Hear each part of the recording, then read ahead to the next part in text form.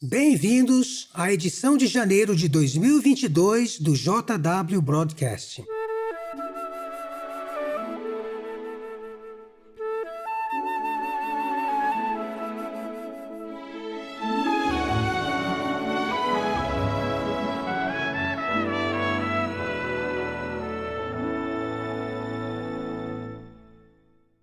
A reunião anual número 137 da Sociedade Torre de Vigia de Bíblias e Tratados de Pensilvânia aconteceu no dia 2 de outubro de 2021. Ficamos muito felizes de estarmos todos juntos, pessoalmente, no auditório de Warwick para essa reunião. Os membros da família de Bethel assistiram a um excelente programa com discursos animadores, relatórios incríveis e vídeos. Agora estamos muito contentes de compartilhar o programa inteiro com vocês, aqui no JW Broadcast. O corpo governante me designou para ser o presidente da reunião anual e também o âncora no programa mensal dos meses de janeiro e fevereiro. Este mês, vamos assistir à primeira parte da reunião e no próximo mês, a segunda parte da reunião anual. Então, esperamos que gostem da primeira parte da reunião anual de 2021. Você sabe que horas são? A maioria de nós passa o dia pensando nas horas. Temos horário para trabalhar, horário para ir para a escola, para comer, horário para as nossas reuniões congregacionais e até um horário para estarmos com os nossos queridos amigos. Como grande cronometrista, Jeová nos lembra em Eclesiastes, capítulo 3, versículo 1, que para tudo há um tempo determinado. É por isso que Jeová deixou registrado na Bíblia o tempo determinado para vários acontecimentos. Por exemplo, em Levítico capítulo 26, versículo 4, Jeová prometeu aos israelitas obedientes que eles seriam abençoados porque Jeová daria chuvas no tempo devido. A maioria de nós nem ia perceber esse detalhe. Mas se você já morou próximo de uma plantação ou já teve sua própria plantação, você sabe que uma chuva no tempo devido produz uma enorme colheita. Mas a chuva na hora errada pode destruir completamente a mesma colheita. Até mesmo as nossas palavras podem ser ditas na hora certa. Em Provérbios 15, 23 diz: como é boa uma palavra no tempo certo. Então é muito importante acertar o tempo de todas as coisas. Pense nas profecias. Elas sempre se cumprem no momento exato que estava programado. Jesus foi batizado exatamente no momento que as profecias diziam que ele ia aparecer. E Jesus também começou a reinar na hora certa, em 1914. E falando sobre o futuro, Jesus disse que Jeová já determinou o tempo certo, o dia exato, e até a hora para acabar com esse sistema de coisas. Será que o corpo governante sabe quando o Armagedon vai vir? Claro! O Armagedon vai vir no momento certo. Nós temos total certeza de que Jeová vai trazer o Armagedon e cumprir outras profecias exatamente na hora certa. E tem uma outra coisa que Jeová prometeu nos dar no tempo apropriado. Vamos agora abrir as nossas Bíblias em Mateus, capítulo 24, versículo 45. Aqui, Jesus fez uma pergunta. Quem é realmente o escravo fiel e prudente, a quem o seu senhor encarregou dos seus domésticos para lhes dar o alimento no tempo apropriado? Feliz aquele escravo, se o seu senhor, quando vier, o encontrar fazendo isso. Digo a verdade a vocês, ele o encarregará de todos os seus bens. O que Jesus quis dizer? Que haveria um escravo fiel e prudente, designado por ele, para nos dar alimento espiritual. Mas tem um detalhe importante aqui. Você percebeu? Jesus disse, alimento no tempo apropriado. Jeová, o grande cronometrista, sabe muito bem quais são as necessidades do seu povo e o momento certo para dar ao seu povo exatamente o que precisa.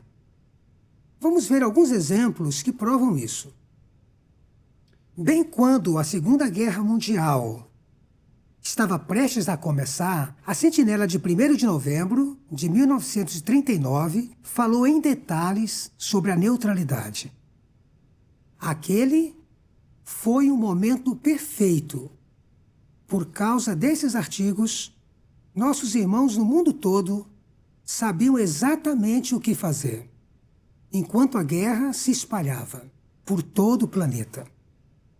Depois da guerra, enquanto a obra crescia rapidamente, a Organização de Jeová programou enormes congressos internacionais que aconteceram em Nova York.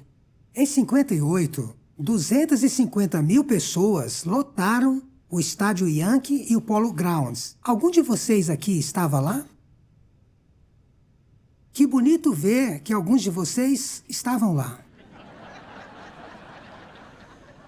Não é que eu não estava, na verdade, naquela época. É que eu nem tinha nascido naquela época.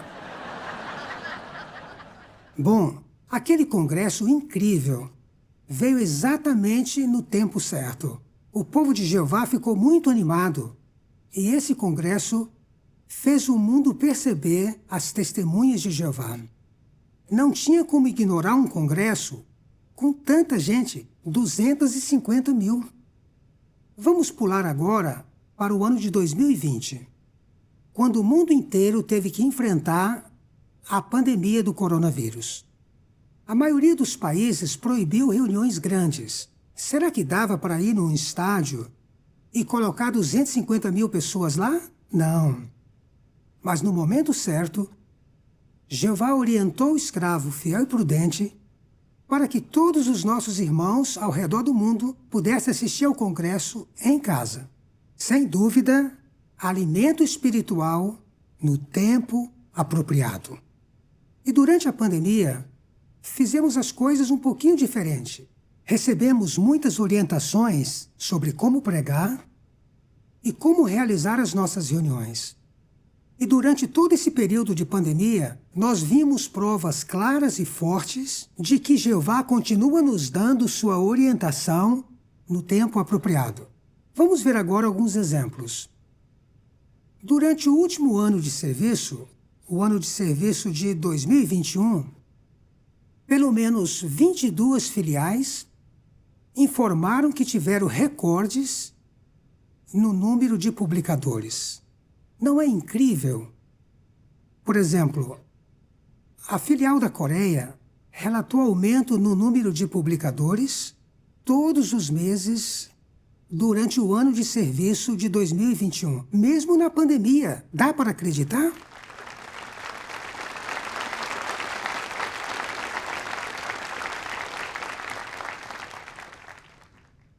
E com todo esse crescimento da nossa obra, eu tenho certeza de que vocês estão ansiosos para saber qual foi a assistência total da celebração de 2021. Graças à bondade imerecida do nosso Deus Jeová, esse ano nós tivemos um recorde que ultrapassou o número de 21 milhões de pessoas. Querem saber o número exato?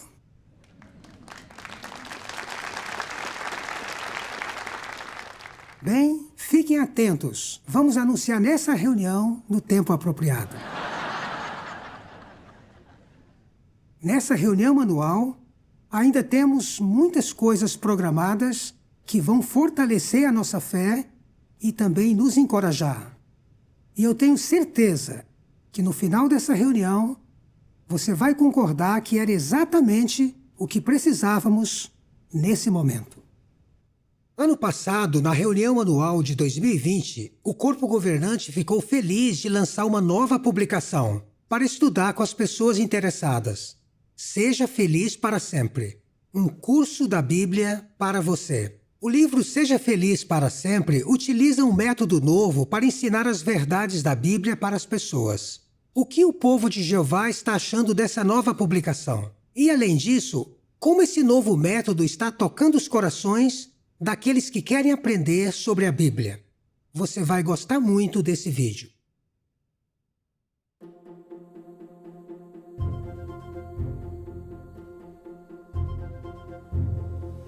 Na última reunião anual, nós ficamos empolgados de receber o novo livro de estudo. Seja Feliz para Sempre, um curso da Bíblia para você. Muitos publicadores estão tendo sucesso em ajudar seus estudantes a aplicar o que aprendem e se aproximar mais de Jeová. Ouça essas experiências de várias partes do mundo e veja claramente como Jeová está nos abençoando. Quando anunciaram o lançamento de um livro novo, eu lembro que eu fiquei muito animada. Na verdade, eu fiquei tão empolgado que logo depois do lançamento ficava entrando na página e atualizando o site sem parar para ver se já dava para baixar o novo livro. É tudo o que a gente precisa para ensinar a verdade às pessoas, bem na palma da nossa mão. A gente ficou muito feliz que mesmo na pandemia, Jeová nos deu esse presente para a gente continuar animado com a pregação. Quando você ficou sabendo que ia ter que aprender a dirigir estudos de uma maneira nova, você ficou em dúvida se ia dar certo? Então preste bastante atenção no que alguns instrutores dizem sobre esse novo livro. Antes era muito comum escutar os estudantes começar a resposta dizendo parágrafo diz, ou o livro explica. Agora não. No método antigo, eu achava um pouco difícil de perceber se a verdade tinha tocado o coração dos meus estudantes, ou o que eles estavam realmente entendendo. Eu acho que antes eu explicava coisas demais, só para falar de um único ponto, um assunto simples, e meus estudantes ficavam confusos. Dava para ver que para algumas pessoas, o estudo do método antigo era fácil demais. Eles conseguiam encontrar a resposta no parágrafo bem rapidinho e respondiam tudo certo, mas era muito difícil de saber o que eles realmente achavam sobre aquele assunto. Um livro novo parece que está muito mais fácil de perceber o que as pessoas estão realmente pensando. No método anterior, você via o estudante olhando muito para o livro. Mas isso não acontece agora. Quando você olha o estudante, ele está assim, pensando, o olho dele está procurando a resposta, na mente e no coração. As pessoas já gostavam muito de estudar a Bíblia, mas agora ficou ainda melhor. Elas ficam concentradas do começo até o fim. Ficam bem mais animadas e sentem que estudar a Bíblia aproxima elas ainda mais de Jeová. Para tocar o coração de um estudante, nós precisamos entender o que ele pensa e como ele se sente. Como o livro Seja Feliz para Sempre nos ajuda a fazer isso? Uma das coisas que eu amo nesse livro são as perguntas depois dos textos bíblicos. Elas são perfeitas para explicar o ponto principal do texto. Esse livro realmente mexe com o coração dos nossos estudantes e ajuda eles a entender ensinos da Bíblia em pouco tempo. E a gente consegue saber o que eles estão pensando. Com esse livro, o estudante expressa melhor o que ele tem no coração e a gente pode dar mais ajuda a esse estudante. Assim que eu vi o livro Seja Feliz para Sempre, deu para ver como ele chama a nossa atenção. Os parágrafos são curtos e nos ajudam a conversar muito mais com os estudantes. Com esse novo livro, eu falo muito menos. Meus estudantes falam mais. E o primeiro vídeo do livro já explica certinho como vai ser o estudo. E eu gosto muito que esse vídeo já fala sobre começar o estudo com uma oração. Porque às vezes eu não sabia como explicar e qual era o melhor momento para começar a fazer as orações. Mas agora o vídeo explica por mim. O quadro Algumas Pessoas Dizem funciona muito bem. Quando os meus estudantes conseguem responder e até usam um texto da Bíblia, eu sempre falo, é assim que a gente faz no campo.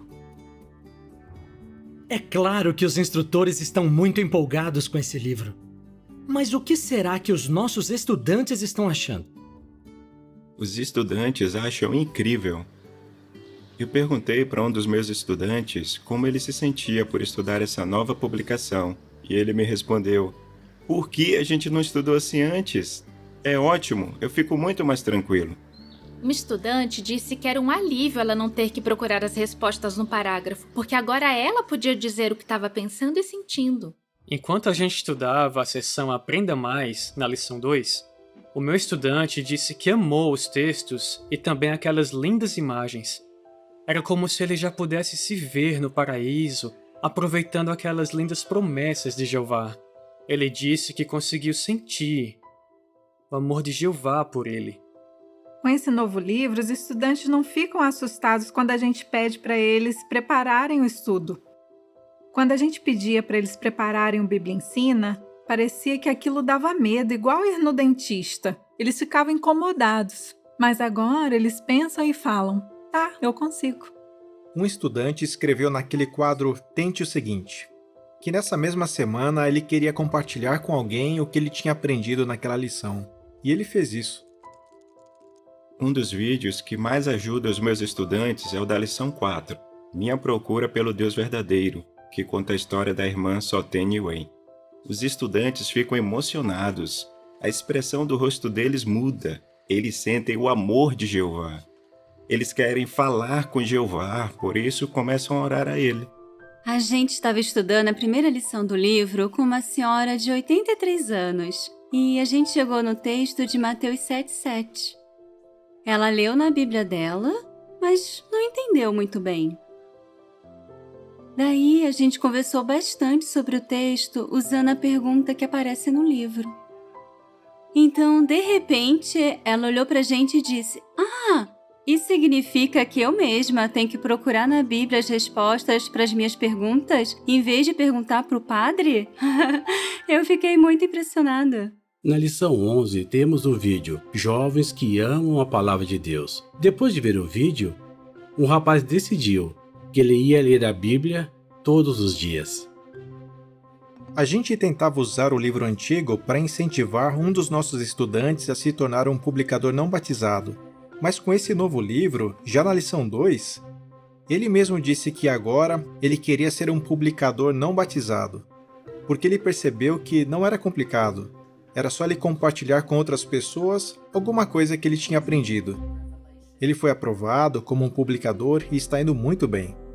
Agora, com o livro novo, eu estou dirigindo 15 estudos bíblicos. Com esse livro, os estudantes continuam animados para aprender sobre Jeová, as qualidades dele e também sobre a nossa esperança para o futuro. Com certeza, nossos irmãos no mundo inteiro estão muito animados com o livro Seja Feliz para Sempre. Que presente de Jeová!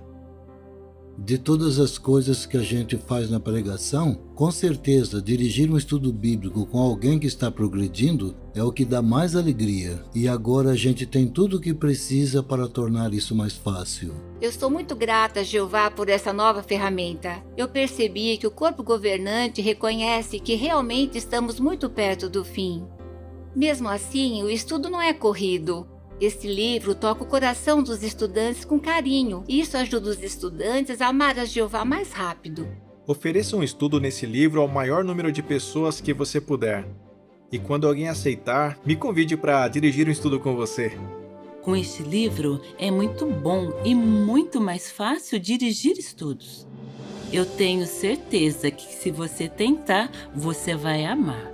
O novo livro, Seja Feliz para Sempre, é uma prova clara de que o escravo fiel e prudente sempre nos deu e vai continuar nos dando exatamente o que a gente precisa no tempo apropriado. Essa nova publicação ainda vai ajudar muitas pessoas sinceras a conhecer e a amar o nosso grandioso Pai Jeová. Que Jeová abençoe você e seus estudantes sempre que você usar esse novo livro.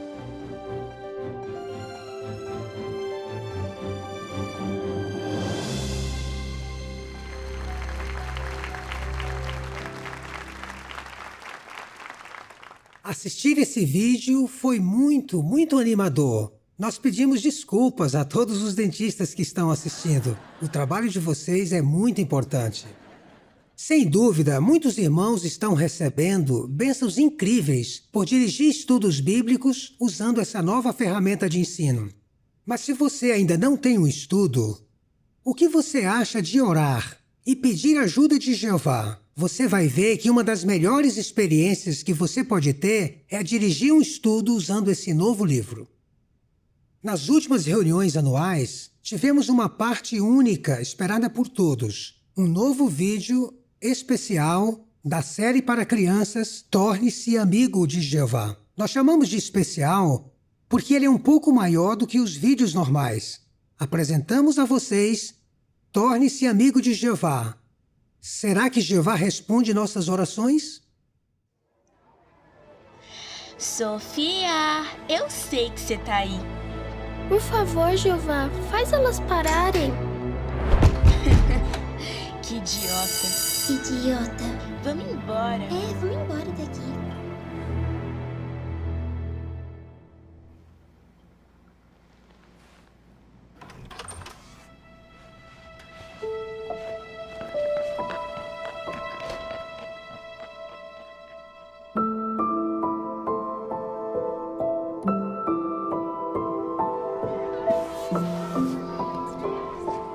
Muito bem, pessoal. Hoje a gente vai ver...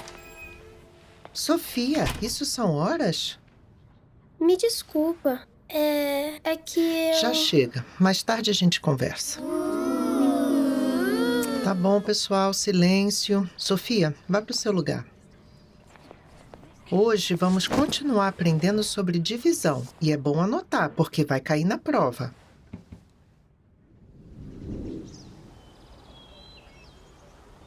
Tá bom, pessoal? Vejam só os resultados da prova de ontem. Parabéns, Sofia. E aí, Marcela? Quanto você tirou? Você acha que eu ligo? Xiii, 3,5? Ah, ainda dá pra recuperar. Tanto faz. Você tá olhando o quê?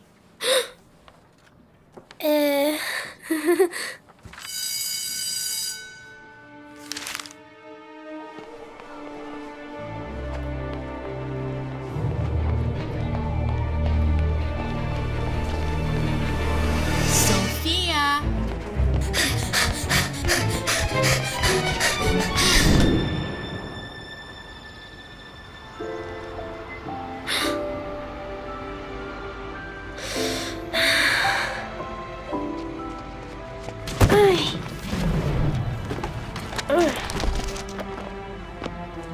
Desculpa, não vi que você tava aí. Você é tão quietinha. Olha, que é isso? Não! Até amanhã. Que idiota.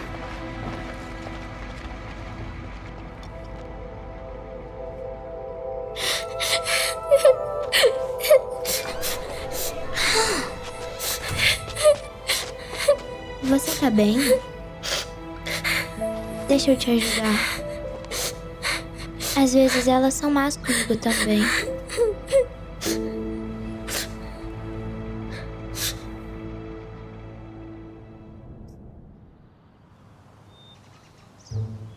Foi muito legal. Daí a professora disse que eu podia segurar o coelho, só que eu tinha que tomar muito cuidado.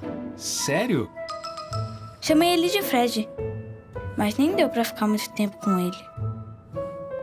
Se quiser saber de coelho, é só falar. Ah, filha, tá tudo bem com você? Até amanhã. Tá tudo bem.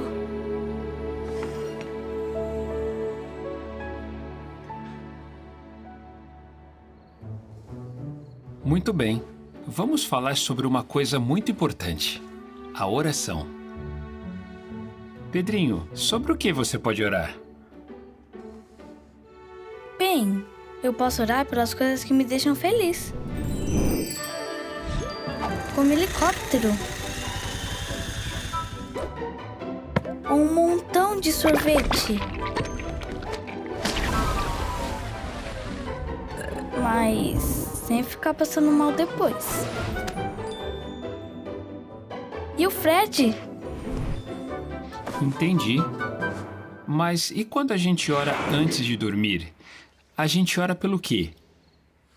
A gente agradece a Jeová pelas coisas boas que ele fez, tipo os animais e as estrelas e o oceano. E pelo reino de Deus. E para ajudar nossos irmãos e irmãs. Isso mesmo. Podemos orar pelos irmãos e irmãs. E lembra, eles oram pela gente também. E quando a gente ora pelas coisas certas, Jeová nos escuta. Então, por que Jeová não tá me ouvindo, pai? Oh, Sofia, o que foi que aconteceu? Conta pra gente. Tem uma menina na escola e ela é tão malvada comigo. Sério? Oh, meu amor, vai ficar tudo bem. E eu orei pedindo pra parar, mas nada aconteceu. Jeová tá triste comigo? Não, minha filha. Jeová não está triste com você.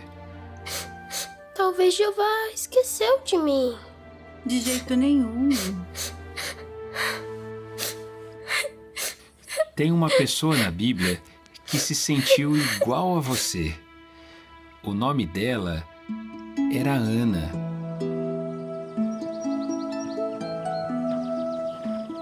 Ana amava muito a Jeová. Espera, também quero ir. Mas uma pessoa chamada Penina era muito malvada com ela. É tão bom ver as crianças brincando, né, Ana? Ela também sofria bullying? Sim.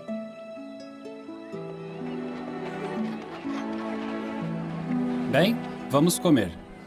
Essa é sua porção, Ana. E essa é a sua, Penina.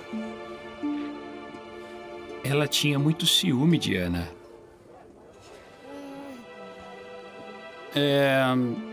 Eu vou ali pegar água. Você acha que é melhor do que eu, Ana? Então, por que eu tenho vários filhos e Jeová não te deu nenhum?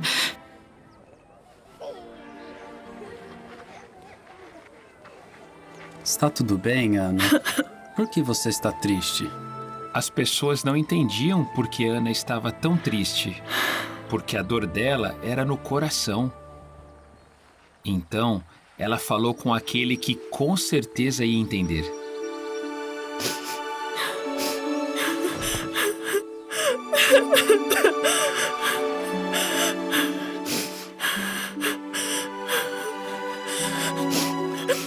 Oh, Jeová, por favor, olha para mim. Lembra de mim e não se esquece de mim. Por favor, me dá um filho. Se o Senhor fizer isso, eu darei a ti para servi-lo todos os dias da vida dele.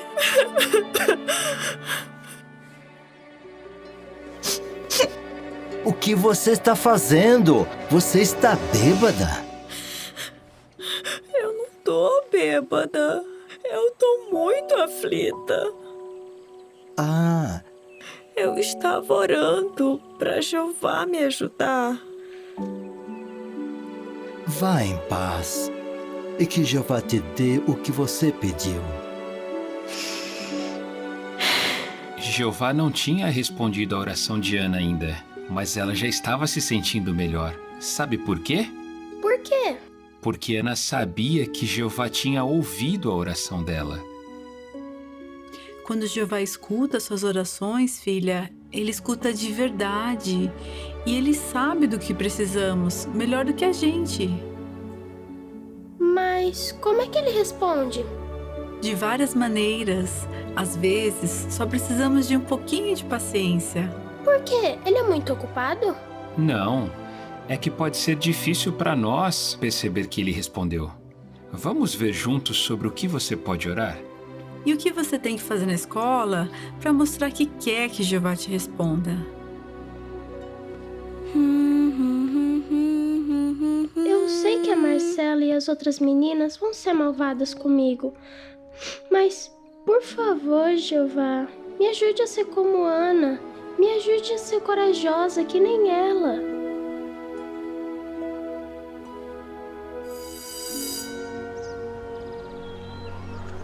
Aí ela foi pro tabernáculo.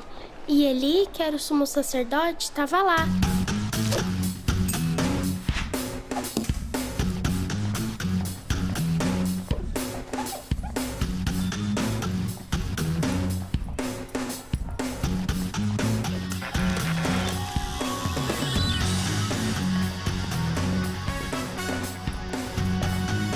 Ai, não, são elas. Socorro. Olha só quem chegou. O que será que ela Você fez? ouviu o que ela disse? Vai ter briga, é? Ah, a Marcela ganha. O que você quer, Marcela? Oh, eu só queria saber se você tinha uma caneta pra emprestar.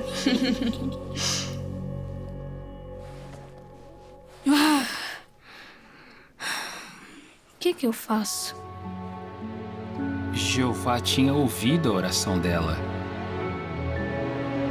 Jeová, sou eu, Pedrinho. Por favor, ajuda a Sofia.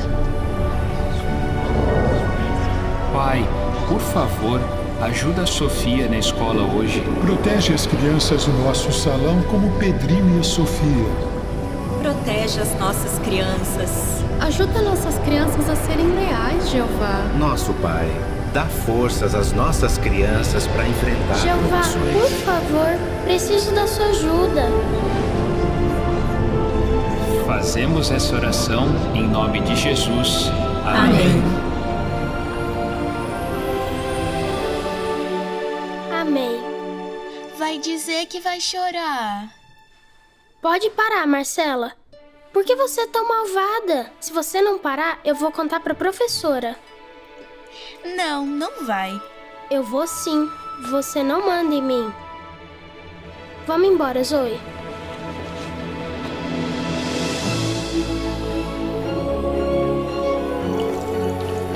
Aquela é a minha irmã. Que coragem! Como você conseguiu? Eu orei pra Jeová e ele me ajudou.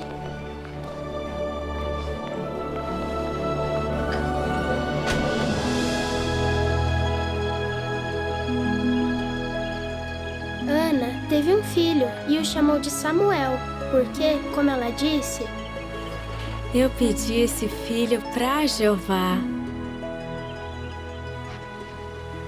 Ninguém é santo como Jeová. Não há outro além de ti.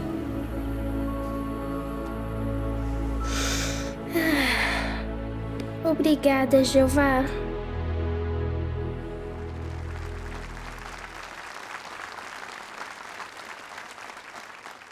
Bem, com certeza esse vídeo é um alimento espiritual no tempo apropriado. É claro que o vídeo foi feito para tocar o coração das crianças, mas a mensagem dele é algo que todos nós devemos guardar no coração nesse momento. Agora vamos ter o privilégio de ouvir 3 discursos bíblicos feitos por membros do corpo governante. Primeiro vamos ouvir o nosso querido irmão David Splane, com o tema O Caminho de Santidade. Inacreditável. Não existe outra palavra. De uma hora para outra, os judeus que estavam cativos em Babilônia estavam livres e podiam agora voltar para Israel. Bem, acho que todos sabem por que isso era inacreditável. Porque Babilônia nunca soltava seus cativos. Mas Babilônia tinha sido tomada. E o novo governo deixou bem claro: os judeus estavam livres para ir. E isso só foi possível por causa de uma pessoa, Jeová. E agora, cada chefe de família tinha uma decisão a tomar: sair de Babilônia ou ficar. Você talvez pense: como assim tomar uma decisão? A resposta é fácil. Mas pare e pense um pouco. Muitos dos judeus tinham nascido em Babilônia, e muitos dos pais deles também tinham nascido lá em Babilônia. Eles não conheciam nenhum outro lugar. Ali era sua casa, seu lar. E documentos históricos mostram que alguns dos judeus estavam bem de vida, tinham conseguido ficar ricos em Babilônia. Tanto que, de acordo com esses documentos, os judeus costumavam comprar e vender pedras preciosas e outros itens de luxo. Então, o judeu talvez dissesse: eu não posso sair de Babilônia. Meu sócio comercial é daqui. E as vendas estão indo muito bem. Em Israel, ninguém teria interesse nos nossos produtos. Outro talvez dissesse: meu filho se casou com uma mulher daqui de Babilônia. Eles acabaram de ter um bebê. Nosso primeiro neto, tão lindinho, não tem como sair agora. Então, de um lado, você tem algumas vantagens materiais se continuasse em Babilônia. Por outro lado, conseguir servir a Jeová do jeito certo era algo extremamente difícil de fazer em Babilônia. Só na capital, os historiadores dizem que existia até 50 templos para deuses falsos. Mas templo para Jeová não havia nenhum. No caso dos levitas, eles não conseguiam cumprir todos os mandamentos que a lei mosaica estipulava para o serviço deles. Então, existiam vantagens em ficar em Babilônia, mas aqueles que decidissem voltar para Israel, com certeza iam receber muitas bênçãos. E para os judeus de mente espiritual, a decisão era óbvia. O que eles queriam era sair de Babilônia e restaurar a adoração pura, lá na Terra Prometida, em Israel. Então, se a saúde desses judeus permitisse, eles deixariam Babilônia e viajariam para Jerusalém, uma cidade que a maioria deles nunca viu. Uma cidade em ruínas. Mas Jeová prometeu tornar a viagem de Babilônia para Jerusalém a mais fácil possível. E para confirmar justamente esse ponto, vamos analisar juntos 4 versículos que estão na Bíblia. E cada um desses versículos nos revela um detalhe sobre o que Jeová estava planejando para os judeus. O primeiro está em Isaías 40, versículos 3 e 4. Vou até esperar um momentinho, porque vai ser bom lermos esse texto juntos. Isaías, capítulo 40. Vamos ler os versículos 3 e 4. A voz de alguém está clamando no deserto. Prepare um caminho para Jeová. Faça no deserto, notem aqui, uma estrada reta. Uma estrada reta para o nosso Deus. Que todos os vales sejam aterrados, e que todos os montes e colinas sejam nivelados. O terreno acidentado se tornará plano, e o terreno irregular, uma planície. Sabe que toda vez que leio esse texto eu me lembro do irmão Kerry Barber. Ele devia amar esses versículos porque quase sempre ele citava esses versículos nas suas orações. Lembramos com carinho do irmão Barber. Mas note uma coisa, o texto fala sobre fazer uma estrada reta no deserto. Alguns aqui já devem ter visitado a construção de Ramapo e devem saber bem como é um canteiro de obras. Imagine que a comissão de construção de Ramapo também fosse encarregada de fazer esse trabalho. Façam uma estrada reta pelo deserto. Se encontrarem um monte, nivelem. E se encontrarem um vale, aterrem. Que trabalhão, não é mesmo? Mas a equipe de Ramapo pode ficar tranquila. Eles já estão com bastante trabalho. Esse trabalho aqui seria bem grande. Mas seria muito mais fácil viajar numa estrada reta do que cruzar uma montanha ou atravessar um vale, e a viagem seria bem mais rápida também. Bem, até aqui, vimos que existiria uma estrada reta entre Babilônia e Jerusalém. O que mais podemos aprender? Vamos ver outro texto. Isaías 57:14.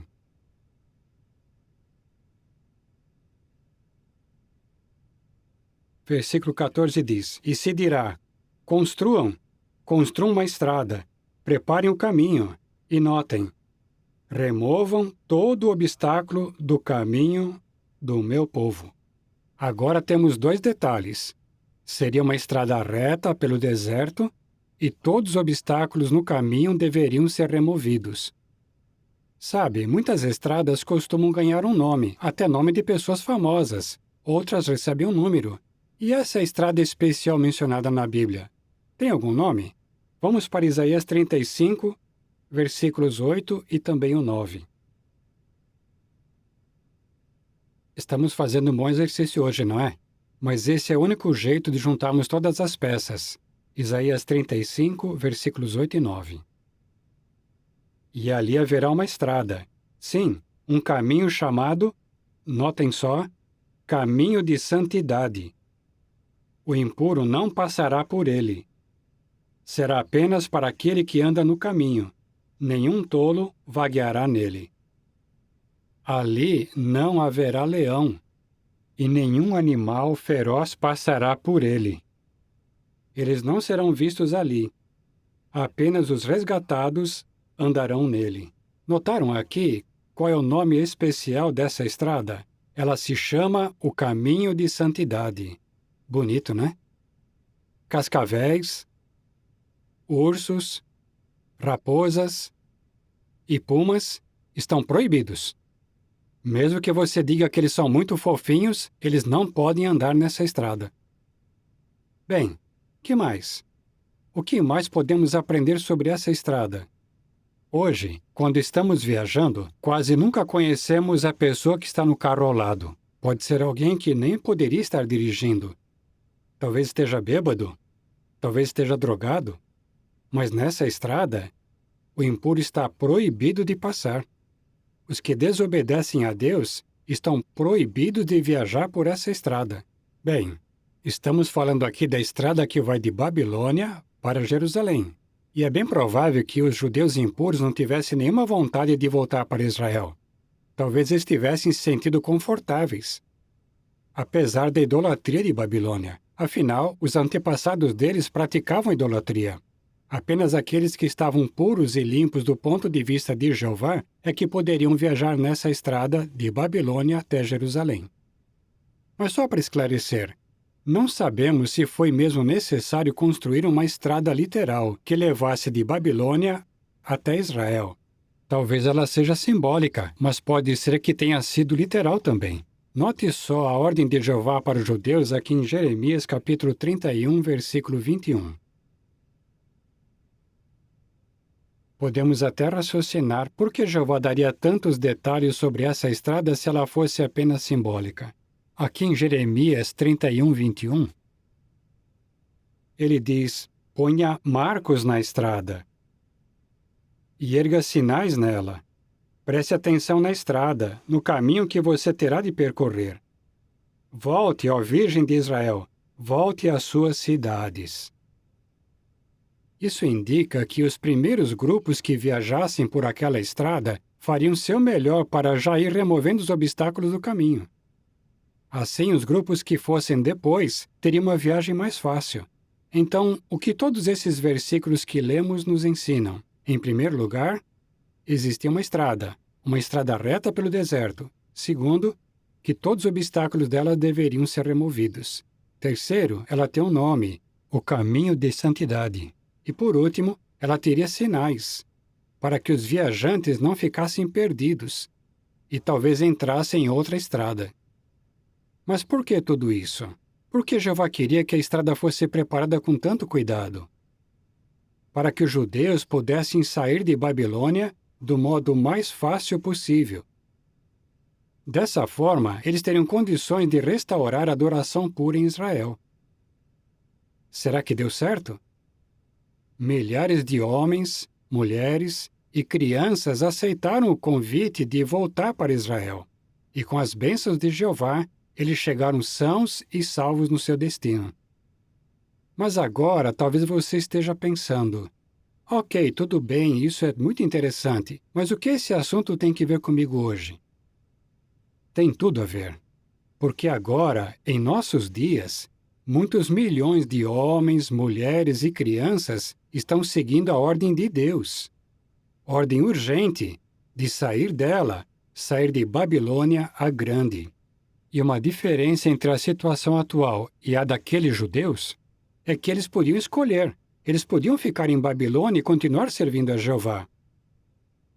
Mas as pessoas hoje não têm escolha. Elas têm que sair de Babilônia Grande. A vida delas depende disso. É claro que não podemos dizer que cada detalhe desses textos que nós lemos tem algum cumprimento nos nossos dias. Mas existem sim alguns pontos em comum entre o que aconteceu com os judeus daquela época e o que está acontecendo atualmente. Afinal, quando dirigimos um estudo da Bíblia com uma pessoa, estamos apontando para ela a direção do caminho de santidade. É verdade que alguns começam a estudar e depois acabam abandonando o caminho, mas outros seguem em frente, e eles por fim se tornam discípulos de Cristo, dedicados e batizados. Alguns desses pegam a pista rápida, fazem progresso bem rápido, já outros preferem ficar na faixa da direita, andando devagarzinho, mas sempre seguindo em frente. Enquanto eles continuarem fazendo progresso, continuamos o estudo deles. Tem também aqueles que quebram e vão precisar de alguma manutenção no caminho. Mas viajar no caminho de santidade hoje está muito mais fácil, muito mais do que era no passado. E o motivo principal disso, irmãos, é que o trabalho de construção dessa estrada já começou séculos atrás. Vou até repetir. É mais fácil andar no caminho de santidade hoje por causa de todo o trabalho espiritual que começou a ser feito muitos séculos atrás, muito antes da queda de Babilônia a Grande, muito antes dessa estrada ser aberta para viajantes. Imagine só. São os anos 1500. Com uma pá na mão, você está pronto para começar as obras do caminho de santidade. Na sua frente tem uma montanha de ignorância. Aí você percebe que para nivelar essa montanha, você vai ter que primeiro colocar a Bíblia nas mãos das pessoas. Por muitos anos só existia a Bíblia em latim, e só pessoas com bastante escolaridade podiam ler. Nem mesmo os padres e pastores sabiam direito o latim. Eles só sabiam o básico para realizar as cerimônias na igreja. Bom, se você já visitou o nosso belo museu, alguns de vocês visitaram recentemente, você viu que muitos tradutores da Bíblia arriscaram sua própria liberdade, sua própria vida, para traduzi-la no idioma das pessoas comuns. E impressores também se arriscaram para imprimir a Bíblia. Alguns até usavam nome falso, porque se fossem pegos imprimindo a Bíblia, poderiam ser presos, ou algo ainda pior. Essa montanha precisou ser nivelada, um pouco de cada vez, uma Bíblia de cada vez, para reduzir aquela montanha que estava no meio do caminho de santidade. Para ajudar as pessoas a ter uma Bíblia, William Tyndale deu um jeito de enviar sua tradução para a Inglaterra. O que ele fez? Ele mandou milhares de exemplares escondidos em cargas de algodão e de outras mercadorias. Foi uma tática muito perigosa. A tradução dele estava proibida na Inglaterra, e o simples fato de você ter um exemplar da Bíblia poderia fazer você ser preso, e até mesmo morto. Apesar de tantas tentativas de interromper o trabalho do caminho de santidade, existia tantas cópias da Bíblia de Tyndale que era praticamente impossível destruir todas. Aliás, existe uma nota muito interessante que Tyndale escreveu em sua tradução do livro de Gênesis, feita por volta de 1530. Diz assim: Jeová é o nome de Deus. Nenhuma criatura leva tal nome. Sempre que o título Senhor aparecer em letras maiúsculas, é a tradução do nome hebraico Jeová. Que bom que mesmo naquela época, algumas pessoas conheciam o nome de Jeová. Agora que a Bíblia estava ficando mais disponível, seria normal esperar que estudantes da Bíblia começassem a querer compartilhar suas pesquisas com outros. E foi exatamente isso que aconteceu. Anos antes da queda de Babilônia Grande em 1919, a construção da estrada estava em andamento. Vários homens começaram a compartilhar suas pesquisas bíblicas em folhetos, em livros, porque eles realmente queriam que as pessoas soubessem, queriam acabar com aquela montanha de ignorância. Por exemplo, por volta de 1835, um estudante da Bíblia chamado Henry Grew escreveu um panfleto falando sobre a imortalidade da alma. Nesse panfleto, Henry explicou com base na Bíblia que a imortalidade é uma recompensa pela lealdade e que nós não nascemos com ela. O panfleto foi publicado sem o nome de Henry, porque isso podia dar problema. E mais tarde ele realmente teve problemas por causa do panfleto. Mas a história continua. 2 anos mais tarde, outro estudante da Bíblia chamado George Storrs está fazendo uma viagem de trem. Em certo momento ele olha para baixo e ele vê ali no chão um impresso. É o panfleto de Henry Grew sobre a imortalidade da alma. Quando lê o panfleto, George fica convencido de que o homem não tem uma alma imortal. O que ele faz? Ele pega a sua pá e ajuda a construir a estrada, a construir o caminho de santidade. Em 1842, ele profere uma série de sermões com o seguinte tema: São os ímpios imortais? E depois ele publicou esses sermões. Sabe quantas cópias ele imprimiu? 200.000 cópias desses sermões. Ele conseguiu fazer um trabalho impressionante na construção da estrada do caminho de santidade. Mas George reconhecia que aquilo era só uma pequena parte da verdade. Em 1847, ele escreveu algo muito interessante. Ele disse: é bom nos lembrarmos de que apenas acabamos de emergir da era de escuridão da Igreja. E notem só, não devemos estranhar muito se descobrirmos que ainda usamos algumas vestimentas babilônicas como se fossem verdade. Ele tinha razão. A influência de Babilônia Grande ainda era muito forte na época. Nós sabemos também que George Storrs teve bastante influência em Charles Taze Russell. O que sabemos sobre o irmão Russell e seus associados? Eles não foram os primeiros a descobrir que a imortalidade da alma e a trindade eram ensinos falsos, ou que a presença de Cristo seria invisível aos olhos humanos. Eles se beneficiaram de todo o trabalho cuidadoso feito por outros construtores da estrada que vieram antes deles. Então, tradutores, impressores e estudantes da Bíblia iniciaram a construção da estrada. Irmão Russell e seus associados deram os retoques finais na construção do caminho de santidade. E, finalmente, Babilônia Grande caiu, em 1919, e o caminho de santidade estava aberto para outros viajantes. Mas o irmão Russell faleceu em 1916. Ele perdeu a abertura? Será que ele perdeu a inauguração da estrada? De jeito nenhum. É verdade que ele não viu a inauguração daqui da Terra, mas ele pôde ver tudo lá do céu. Porque o irmão Russell e seus associados que já tinham terminado a carreira terrestre puderam ver tudo lá de cima. E consegue imaginar como eles devem ter ficado empolgados quando viram as primeiras pessoas andando no caminho de santidade? Isso não só deve ter deixado esses homens fiéis felizes, mas também não seria nenhuma surpresa se o irmão Russell e seus associados ainda estiverem envolvidos com a manutenção do caminho de santidade. Porque se tem uma coisa que toda boa estrada precisa, é de manutenção constante. O caminho está aberto. E a manutenção desse caminho de santidade continua. E para quê? Para facilitar o máximo possível que as pessoas identifiquem Babilônia Grande e saiam de Babilônia Grande. Esse é o objetivo. Por exemplo, pense na Bíblia. Existiam traduções da Bíblia em 1919. Mas, infelizmente, elas tinham alguns problemas. Elas usavam a linguagem antiga difícil de entender, e muitas delas removeram o nome de Jeová de onde deveria estar. Mas agora temos a tradução do Novo Mundo.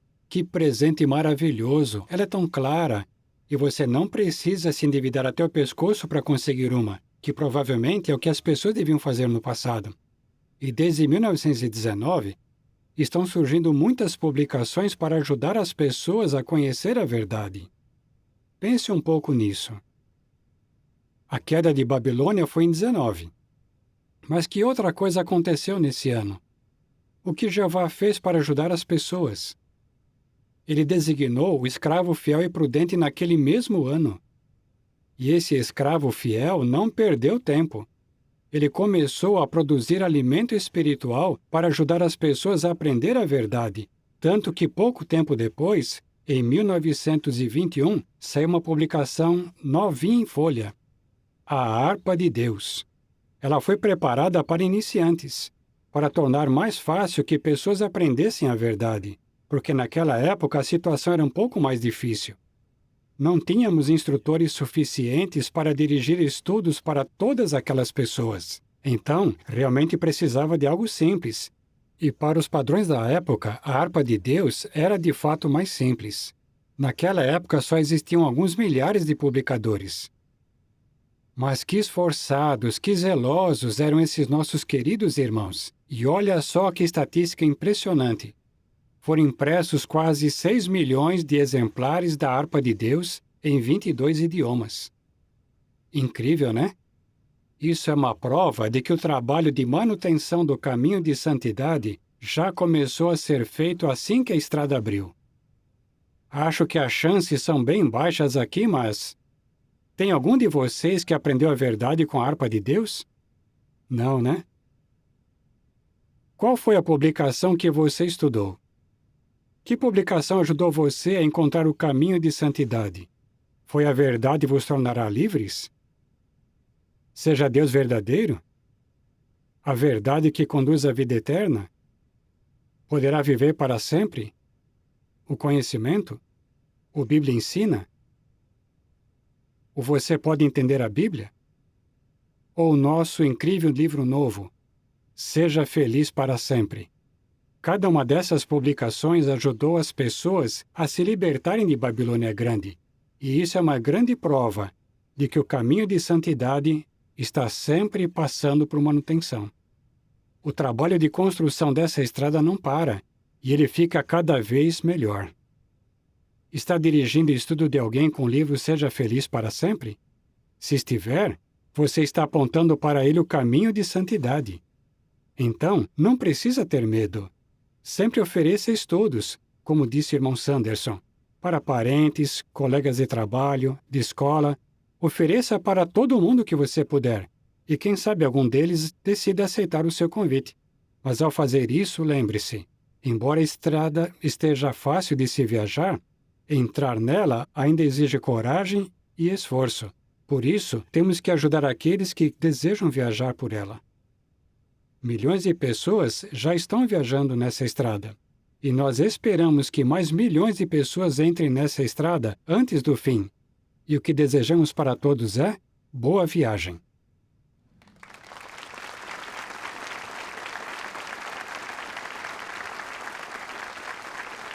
Agradecemos de todo o coração, irmão Splaine, por esse incrível discurso sobre o caminho de santidade.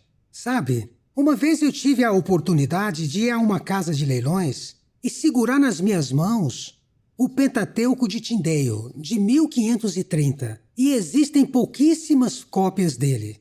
Mas, infelizmente, naquele dia, eu não tinha saído de casa com $650 mil e nem tinha uma casa para oferecer em troca. Então, não deu para comprar. Mas no nosso museu, nós temos sim uma réplica. E a gente não vê a hora de receber de novo os irmãos para visitar Betel e os museus e poder ver essas coisas maravilhosas. Muito obrigado, irmão Splaine. Agora temos o prazer de convidar outro membro do corpo governante, o irmão Jeffrey Jackson. E ele tem um tema bem intrigante. Você está lá? Você está lá? Seu nome está lá? Seu nome está escrito no livro da vida? Que livro da vida? Em Malaquias capítulo 3, fala de um livro de recordação. Esse livro tem o registro de todos aqueles que temem a Jeová e meditam no nome dele. Esse livro de recordação é um registro de todos aqueles que vão receber vida eterna. Então, todos nós queremos que o nosso nome esteja escrito nesse livro. Certo? E se o nosso nome estiver escrito nesse livro? Será que isso significa que automaticamente vamos ter vida eterna? Não. Nós lembramos do que Jeová disse a Moisés, lá em Êxodo capítulo 32. Ele disse: quem pecar contra mim, a apagarei do meu livro. Então, os nomes podem ser apagados desse livro da vida. É como se os nomes estivessem escritos nesse livro da vida com lápis. Então, com certeza, Todos queremos que o nosso nome continue escrito nesse livro da vida, até o dia em que ele seja escrito de modo permanente, com caneta, por assim dizer. Mas o nome de quem está nesse livro da vida? Agora nós vamos considerar 5 grupos de pessoas. O nome de algumas está escrito no livro da vida e o nome de outras não. Agora vamos assistir a um vídeo que fala sobre esses 5 grupos.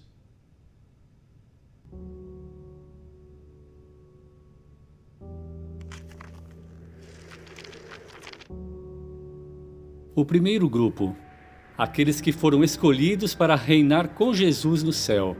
Será que os nomes deles estão escritos no livro da vida? De acordo com Filipenses 4:3, a resposta é sim. Mas mesmo que eles tenham sido ungidos com o Espírito Santo, eles precisam continuar fiéis para que seus nomes sejam escritos de modo permanente no livro. O segundo grupo, a grande multidão que sobrevive ao Armagedon. Será que os nomes dessas pessoas fiéis estão escritos agora no livro da vida? Sim. E depois do Armagedon, será que os nomes deles ainda estarão escritos no livro da vida? Sim. E como sabemos disso? Em Mateus 25:46, Jesus disse que as pessoas justas partirão para a vida eterna. Será que isso significa que eles vão receber a vida eterna no começo dos 1000 anos? Não. Apocalipse 7:17 diz que Jesus os guiará a fontes de água da vida. Então eles não vão receber a vida eterna logo no começo. Os nomes deles estão escritos no livro da vida a lápis, por assim dizer. Terceiro grupo, os cabritos, que serão destruídos no Armagedon. Os nomes deles não estão escritos no livro da vida. 2 Tessalonicenses 1:9 diz: esses mesmos sofrerão a punição judicial da destruição eterna. Podemos dizer o mesmo daqueles que pecam de propósito contra o Espírito Santo. Eles também recebem a destruição eterna e não a vida eterna. Então, os 3 primeiros grupos são os ungidos, a grande multidão e os cabritos. Desses 3, apenas 2 estão escritos no livro da vida. Agora vamos falar de outros 2 grupos. Aqueles que vão ser ressuscitados no novo mundo. Mas antes, vamos ler Atos 24:15. Lá o apóstolo Paulo diz: e eu tenho esperança em Deus, esperança que esses homens também têm, de que haverá uma ressurreição, tanto de justos como de injustos. O quarto grupo são os justos que morreram. Isso pode incluir pessoas que amamos. Os nomes deles estão escritos no livro da vida? Sim. Apocalipse 17:8 diz que esse livro existe desde a fundação do mundo. Jesus falou que Abel viveu desde a fundação do mundo. Então podemos entender que o nome de Abel foi o primeiro a ser escrito nesse livro. Desde então, os nomes de milhões de outras pessoas justas também foram escritos nesse livro. Aqui vai uma pergunta importante. Quando essas pessoas justas morreram, será que o nome delas foi tirado do livro da vida? Não, elas ainda estão vivas na memória de Jeová. Lembra do que Jesus disse? Que Jeová é Deus não de mortos, mas de vivos, pois para Ele todos eles vivem. Os mortos vão voltar a viver aqui na terra e os nomes deles ainda estarão escritos no livro da vida. Eles fizeram coisas boas antes de morrerem. É por isso que eles vão fazer parte da ressurreição dos justos. Com certeza, alguns deles vão receber privilégios, como servir como príncipes em toda a terra. Agora vamos falar da ressurreição dos injustos. Na maioria dos casos, os injustos não tiveram a chance de desenvolver uma amizade com Jeová. Eles não levavam uma vida de atos justos. É por isso que são chamados de injustos. Quando esses injustos forem ressuscitados, será que o nome deles estará no livro da vida? Não.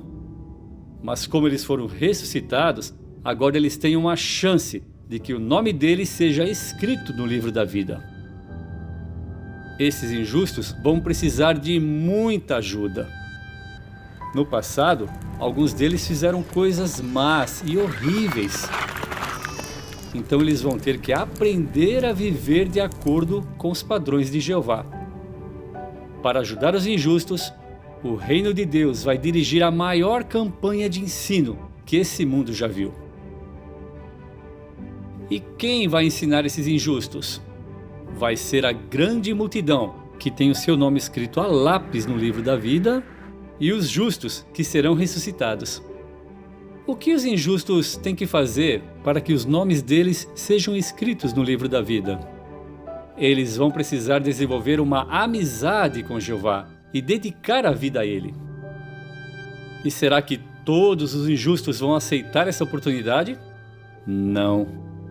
Lembre-se que Jesus e seus companheiros juízes vão estar observando os injustos de perto. Isaías 65:20 nos diz que os que se recusarem a aceitar ajuda vão ser destruídos. Ninguém terá permissão para fazer coisas ruins no novo mundo. Então qualquer pessoa que mostrar uma atitude má durante os 1000 anos será destruída. Com tudo isso em mente, agora vamos ler João, capítulo 5, versículos 28 e 29.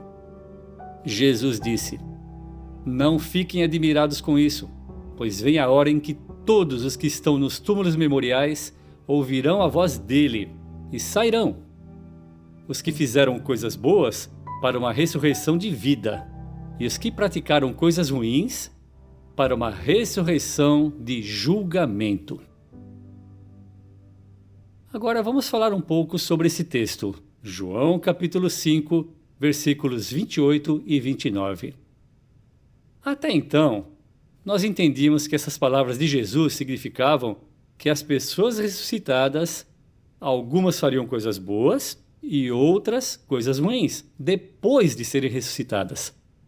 Você percebeu que no versículo 29, Jesus não disse, eles vão fazer essas coisas boas, ou que eles vão fazer coisas ruins.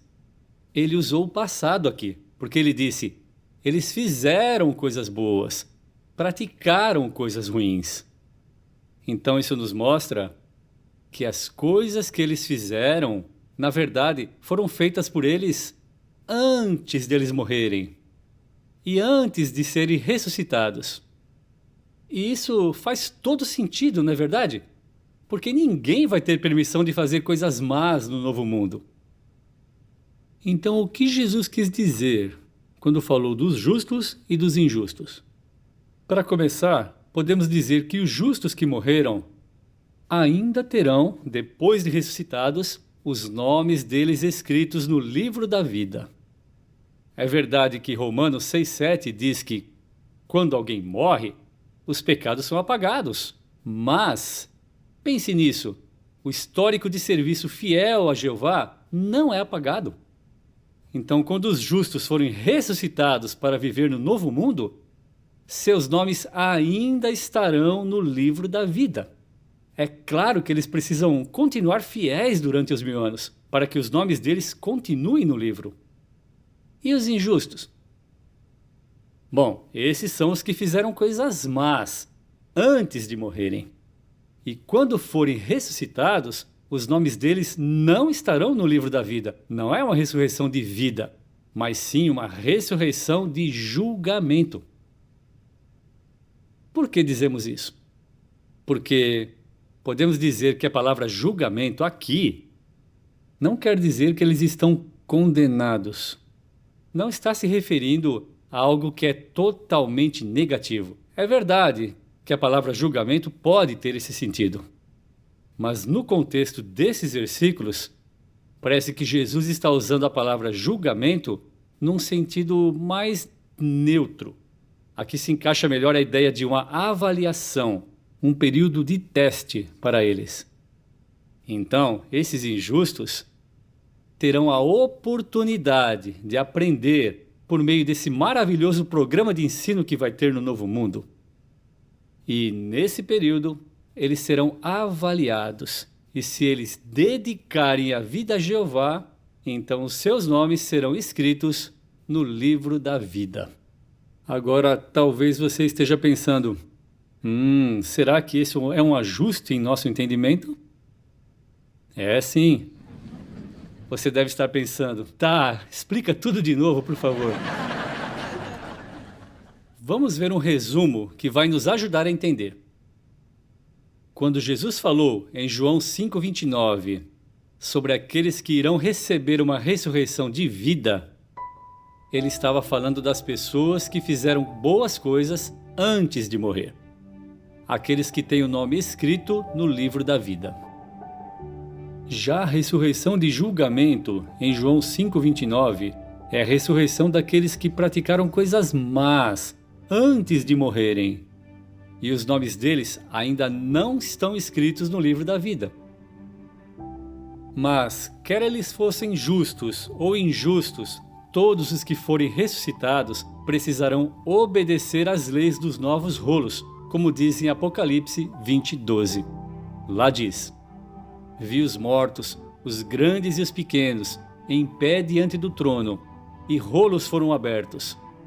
Mas outro rolo foi aberto, era o rolo da vida. Os mortos foram julgados pelas coisas escritas nos rolos, segundo as suas ações. Então, eles serão julgados individualmente, de acordo com suas ações. Mas que ações?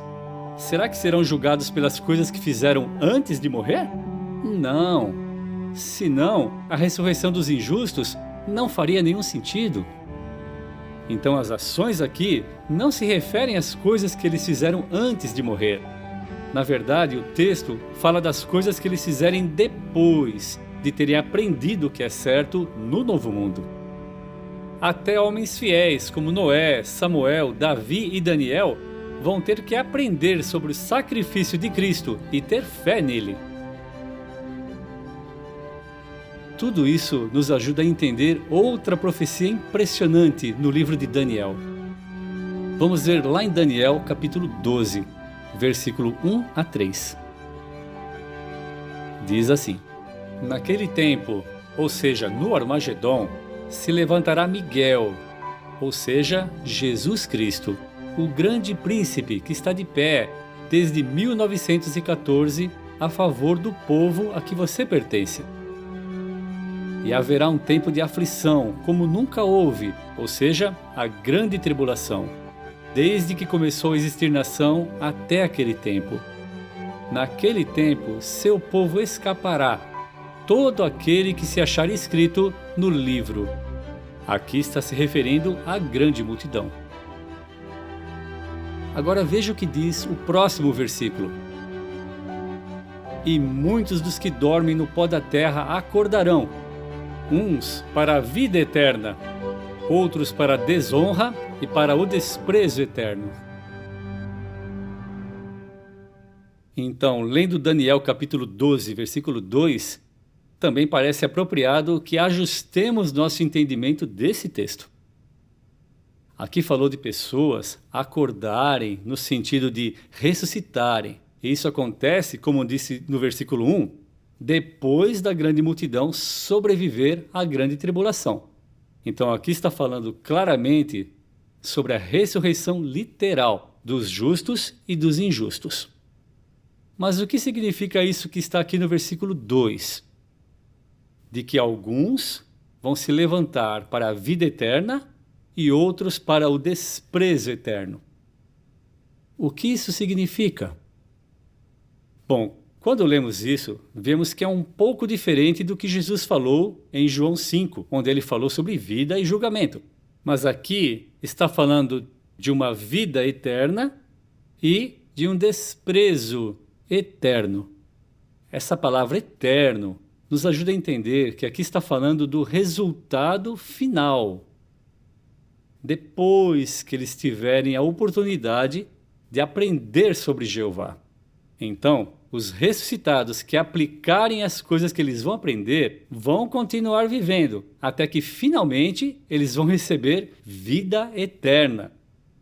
Por outro lado, qualquer um que se recusar a colocar em prática as coisas que aprender no novo mundo vai ser julgado e receberá a destruição eterna. Agora vamos ler o versículo 3. E os que têm discernimento brilharão tão claramente como os céus, e os que levam muitos à justiça como as estrelas, para todo sempre. Aqui está falando da grandiosa obra de ensino que vai ter no novo mundo. Os ungidos vão brilhar claramente ao trabalharem juntos com Jesus em dirigir a obra de ensino que vai levar muitos à justiça. Que alegria eles vão sentir de poder participar como sacerdotes nesse trabalho impressionante. Eles vão ajudar na cura das nações. E que privilégio vai ser ver humanos obedientes ficarem livres do peso do pecado e da morte e ganharem a perfeição.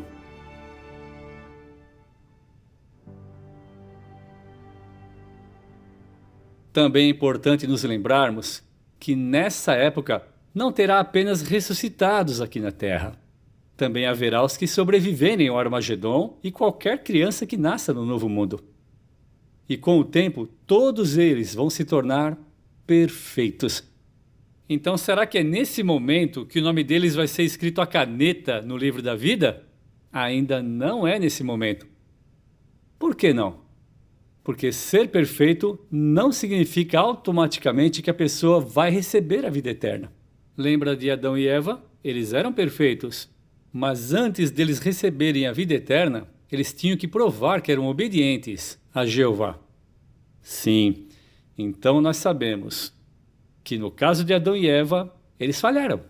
Então surge uma pergunta sobre todos esses que serão perfeitos na terra naquela época. Isso inclui os ressuscitados, os sobreviventes da grande tribulação e qualquer filho que nasça depois. Será que vão continuar fiéis? Vão continuar apoiando a soberania de Jeová? Ou vão ser como Adão e Eva? Eram perfeitos, mas depois infiéis. Lá no livro de Apocalipse, nós vemos que para responder essa pergunta, Satanás será solto da sua prisão simbólica e ele terá a chance de testar a integridade dos servos de Jeová.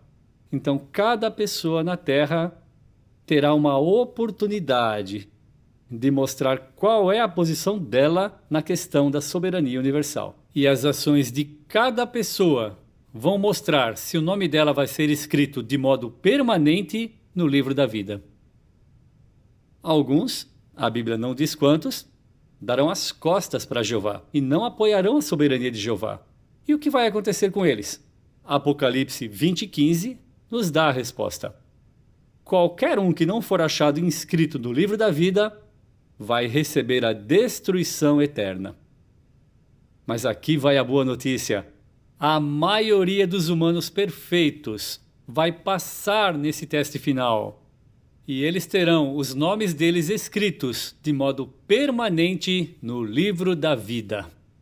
É muito encorajador pensar no que vai acontecer no futuro, não é mesmo?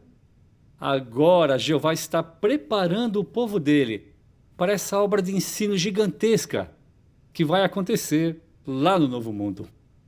Agora é a hora para cada um de nós pensar naquela pergunta. Você está lá? O seu nome está no livro da vida?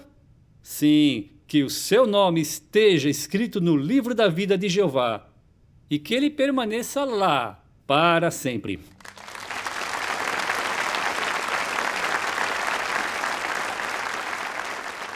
Muito obrigado, irmão Jackson, por esse discurso que nos deixou tão animados e fortalecidos. Quando o corpo governante conversou sobre esse assunto, nós sentimos que foi tão emocionante para nós pensar no tempo em que os ungidos vão finalmente trabalhar com as pessoas na Terra para ajudá-las a chegar à perfeição. Vai ser maravilhoso quando tudo isso acontecer. Agora estamos prontos para ouvir mais um discurso interessante feito por outro membro do corpo governante, o irmão Kenneth Cook, com o tema Você está prestando atenção nos avisos? O fim vai chegar quando Deus usar o reino dele para julgar esse mundo. Jesus descreveu essa época quando ele falou para os seus discípulos sobre a presença invisível dele durante o final do sistema de coisas. Já que essa profecia vai se cumprir nos nossos dias, precisamos ficar bem atentos aos detalhes do cumprimento dela. Ela também promete um futuro maravilhoso para os que derem ouvidos aos seus avisos. Essa profecia está em Mateus capítulos 24 e 25, Marcos capítulo 13 e Lucas capítulo 21. Depois de falar sobre as coisas que aconteceriam no futuro, Jesus usou 3 parábolas para alertar os seus discípulos. Primeiro, ele contou a parábola das virgens. Depois ele contou a parábola dos talentos. E, finalmente, fez a ilustração das ovelhas e dos cabritos. As parábolas mostram que Jesus vai julgar as pessoas de acordo com o modo como elas agem. As 2 primeiras parábolas se aplicam aos que têm esperança de ir para o céu. E a terceira parábola se aplica aos que têm esperança de viver na terra. Mas não importa qual seja a nossa esperança, todos nós podemos aprender dos alertas que Jesus deu nessas parábolas. Vamos começar com a terceira parábola. Na parábola das ovelhas e dos cabritos, Jesus falou do julgamento final, na grande tribulação, dos que agem como ovelhas ou como cabritos. Como juiz designado por Jeová, o julgamento que Jesus vai fazer vai ser completamente justo. Como um bom juiz, Jesus já está observando o que as pessoas fazem e a atitude delas, incluindo o modo como elas tratam os irmãos ungidos dele. Quando a grande tribulação começar, Jesus já vai ter identificado as pessoas que agem como ovelhas e as que agem como cabritos. Daí para frente, os que agem como cabritos não vão querer mudar, mas os que agem como ovelhas, que têm esperança de viver para sempre na terra, precisarão continuar fiéis, para que os nomes deles continuem escritos no livro da vida. Daí, um pouco antes do Armagedon, o Filho de Deus vai fazer o julgamento final de todas as pessoas da terra. Os que forem considerados justos vão receber a vida eterna na terra. Que recompensa maravilhosa para os que mantêm a integridade! Essa terceira parábola se aplica mais aos que têm esperança de viver na terra, mas os ungidos também precisam dar atenção aos avisos contidos nela. Por quê? Porque Jesus também está observando o que os ungidos fazem e as atitudes deles. Eles também precisam mostrar que são fiéis e justos. Mas ainda restam algumas perguntas. Por exemplo, de que modo os ungidos estão sendo julgados hoje? E Jesus dá que avisos para eles? As respostas dessas 2 perguntas estão nas 2 primeiras parábolas de Mateus 25. Antes de considerar essas parábolas, vamos ver brevemente como os ungidos são escolhidos. Vamos começar analisando uma lição dos tempos bíblicos. Quando Israel antigo começou a ter sacerdotes, era Jeová quem escolhia o sumo sacerdote e os outros sacerdotes que serviriam no tabernáculo. Êxodo 28:1 diz que Jeová escolheu Arão e os filhos dele. Ninguém podia questionar a escolha de Jeová, e quem foi escolhido devia se mostrar digno do privilégio. Da mesma forma que antigamente, Jeová também escolhe quem vai servir como sacerdote no céu. Ele começou escolhendo Jesus para servir como sumo sacerdote. É verdade que Jesus era perfeito, mas ele não escolheu servir como sumo sacerdote. Nós lemos lá em Hebreus 5:5 que o Cristo não glorificou a si mesmo, fazendo-se sumo sacerdote. Da mesma forma, os que vão servir como sacerdotes no céu não escolheram essa designação para eles. Eles foram escolhidos por Jeová e ungidos com o Espírito Santo. Jeová conhece cada um dos que ele ungiu para esse serviço, e como os ungidos se sentem por terem sido escolhidos para irem para o céu. Quando uma pessoa é escolhida por Deus, ele ou ela não tem nenhuma dúvida de que foi escolhido por Jeová, e ele aceita essa escolha de Jeová com gratidão. Em vez de se tornarem arrogantes, os ungidos se esforçam para serem humildes, como Jesus também foi. Uma coisa que ajuda é sempre lembrar das lições e dos avisos das parábolas que Jesus contou para os seus discípulos. É interessante que logo depois de contar as duas parábolas, Jesus falou do escravo fiel e prudente que daria alimento espiritual no tempo apropriado nos últimos dias. Esse escravo representa hoje um pequeno grupo de cristãos ungidos, o corpo governante. Jesus disse que eles seriam recompensados pelo serviço fiel, mas também deu um aviso para eles. Ele falou do que ia acontecer se o escravo deixasse de se concentrar na volta de Jesus e começasse a maltratar seus coescravos. Se isso acontecesse, aquele escravo ia ser considerado mau. E como diz Mateus 24:51, ele seria punido com a maior severidade. Mas veja, aqui Jesus não estava profetizando que haveria um escravo mau. Isso é um aviso, não uma profecia. Qual é o aviso? Que o escravo precisa se manter alerta. Mas não é só o escravo fiel e prudente que precisa se manter alerta. Por meio dessas parábolas, Jesus mostrou que todos os ungidos precisam ser prudentes, fiéis e vigilantes. Como Jesus deixou isso claro? Na parábola das virgens, Jesus falou de 10 virgens que iriam acompanhar o noivo. Elas iriam acompanhar o noivo na festa de casamento. Jesus disse que 5 virgens eram prudentes e 5 eram tolas. A palavra grega para prudente dá a ideia de entendimento, planejamento, discernimento e sabedoria de uma forma prática. Então, as virgens prudentes eram sábias. Ficou bem claro que elas eram sábias quando o noivo chegou no meio da noite. Elas tinham lâmpadas para iluminar o caminho. Em Mateus 25:4 diz que as virgens prudentes levaram óleo em frascos para suas lâmpadas. Então elas tinham combustível para manter as lâmpadas acesas. Já que elas estavam prontas, puderam acompanhar o noivo na festa de casamento.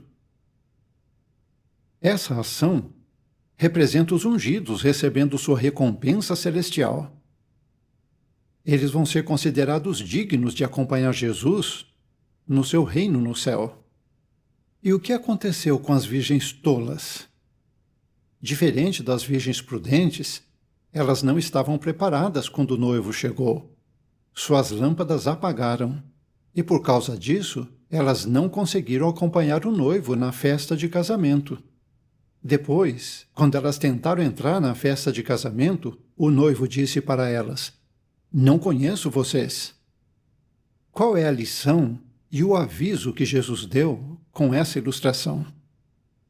Ele mostrou que apenas os ungidos que se mantêm vigilantes e prontos é que vão receber essa recompensa. Mas Jesus não disse que haveria uma grande quantidade de tolos que estariam despreparados quando ele voltasse na grande tribulação. Aqui também é um aviso, não uma profecia. O ponto não é que 5 foram prudentes e as outras 5 tolas. Jesus só queria deixar claro para os ungidos o que iria acontecer se eles não fossem vigilantes. Isso é um lembrete importante. Quer nossa esperança seja no céu ou na terra, Todos os cristãos precisam prestar atenção ao aviso na parábola das virgens. Temos que nos manter vigilantes e estar sempre prontos para servir a Deus. Depois de usar a parábola das virgens para mostrar a importância de ser prudente, Jesus contou uma parábola que mostra a importância de ser fiel. É a parábola dos talentos, ou dinheiro. Nessa parábola, Jesus falou de 2 escravos que eram fiéis ao seu amo e de um que não era fiel. Como os 2 escravos mostraram que eram fiéis? Os 2 escravos fiéis trabalharam muito para aumentar o dinheiro que o seu amo tinha deixado com eles antes de viajar. Quando o Senhor voltou, os escravos fiéis devolveram para o dono mais dinheiro do que ele tinha deixado com eles, e foram abençoados por isso. E o terceiro escravo, o preguiçoso? O que ele fez com o dinheiro que tinha recebido? O escravo preguiçoso enterrou o que tinha recebido e não aumentou o dinheiro do senhor dele. Quando o senhor voltou, aquele escravo só devolveu o dinheiro que tinha recebido, nada mais. E ele até tentou culpar o senhor dele, dizendo que ele era um homem exigente. Como resultado, aquele escravo não recebeu mais nada. E pior ainda, ele perdeu tudo o que já tinha e foi lançado fora da casa do senhor dele. O que a resposta do Senhor para cada escravo significa e o que os escravos representam hoje? Os 2 escravos fiéis representam os ungidos que provam que merecem estar na casa do Senhor deles. O Senhor, que é Jesus, os convida para participar da alegria dele.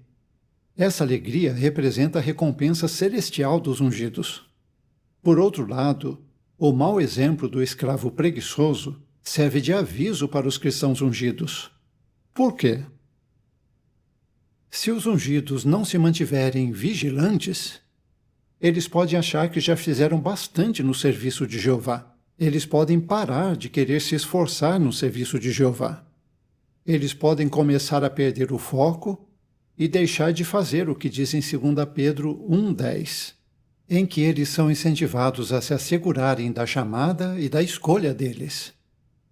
Se algum deles se tornar como o escravo preguiçoso, não poderá entrar no reino celestial e participar da alegria do Senhor dele. De novo, aqui Jesus estava dando um aviso, não uma profecia. Então, todos os cristãos ungidos precisam ser prudentes e fiéis. Quer nossa esperança seja no céu ou na terra, todos estamos determinados a ser fiéis a Jeová. Estamos focados em nossa amizade com Jeová.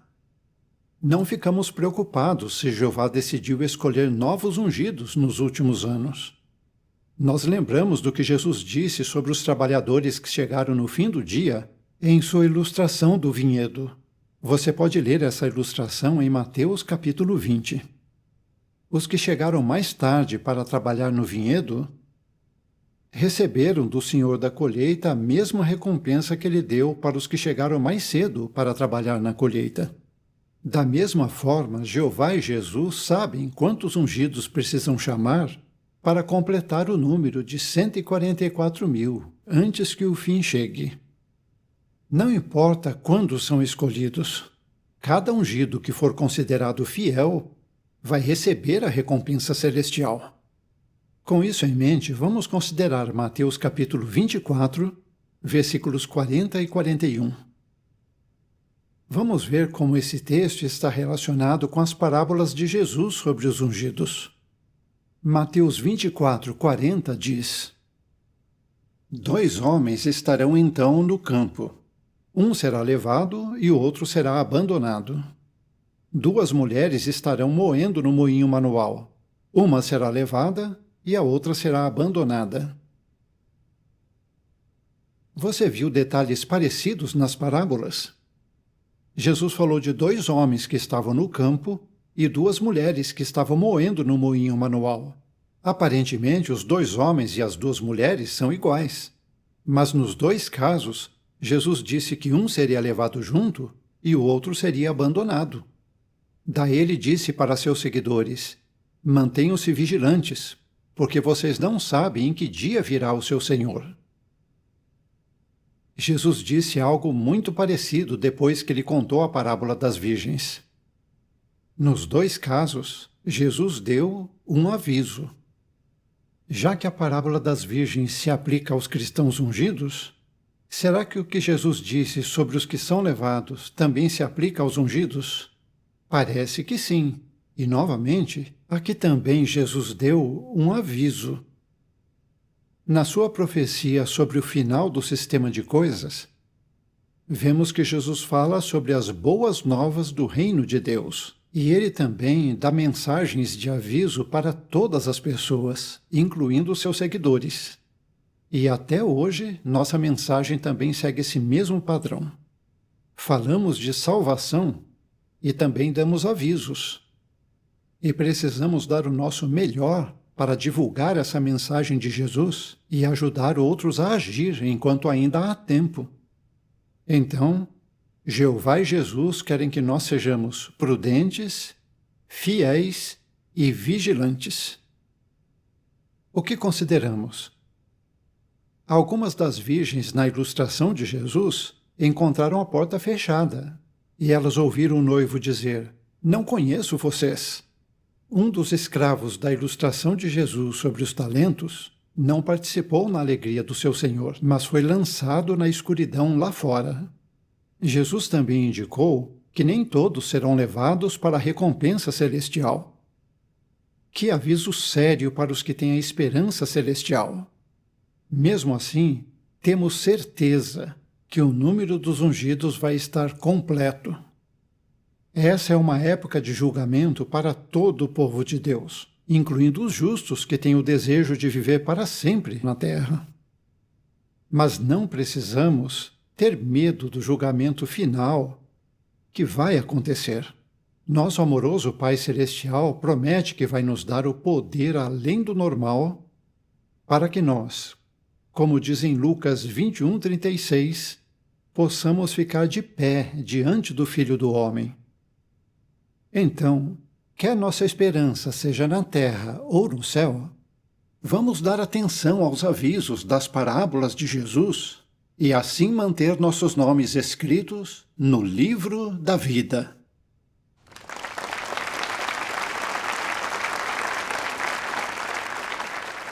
Muito obrigado, irmão Cook, por nos relembrar esses avisos que nós precisamos ter em mente.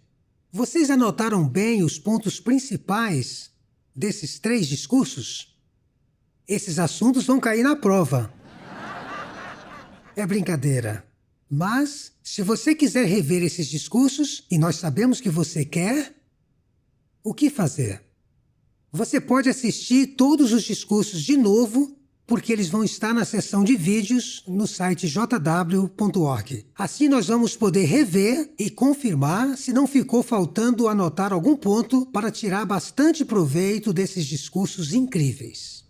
O corpo governante quer compartilhar com vocês uma breve atualização de como está o andamento do projeto de construção em Ramapo. Apesar da pandemia, deu para ver claramente como Jeová está nos ajudando ao longo desse projeto. Então agora vamos ver um vídeo sobre a construção em Ramapo.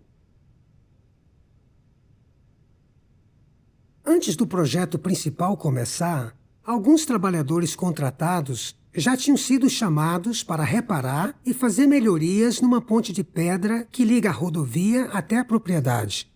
Essa ponte de pedra vai deixar a propriedade ainda mais bonita. Mais importante do que isso foi ver como Jeová abençoou o trabalho feito para conseguir a documentação exigida pelo governo. Logo, logo, nós vamos ter todas as permissões necessárias para começar esse novo e imenso projeto de construção. Com a ajuda de Jeová, já nos primeiros meses de 2022, os trabalhadores vão preparar toda a área onde os prédios serão construídos, o que inclui a limpeza do canteiro de obras, escavações, retirada de pedras e instalações de tubulações e fios por baixo do solo. Essa é uma fase importante do projeto e vai durar muitos meses. Mas com as bênçãos de Jeová, quando finalizarmos essa preparação, tudo estará pronto para recebermos os muitos voluntários dispostos a trabalhar nesse projeto. Muito trabalho e planejamento já está sendo feito para montar escritórios temporários e para que os voluntários tenham alimentação e moradia durante todo o período de trabalho. A equipe de engenharia está bem envolvida em preparar os documentos de construção. As plantas de alguns prédios já estão quase completas e outras estão na fase inicial. Mas só de ver essas imagens em 3D de como serão os prédios em Ramapo, nossa expectativa aumenta e ficamos muito animados com esse projeto.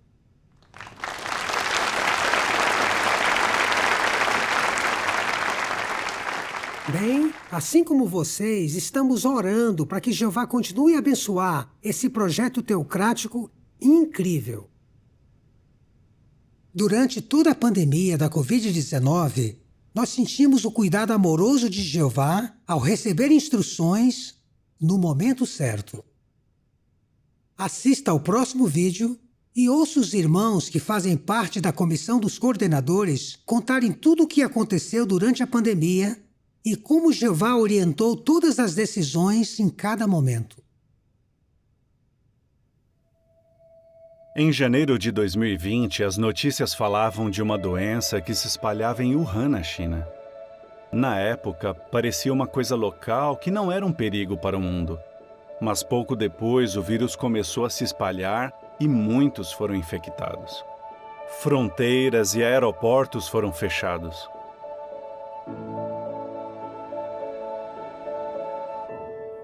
Em 22 de janeiro, a comissão dos coordenadores recebeu a primeira carta sobre o coronavírus.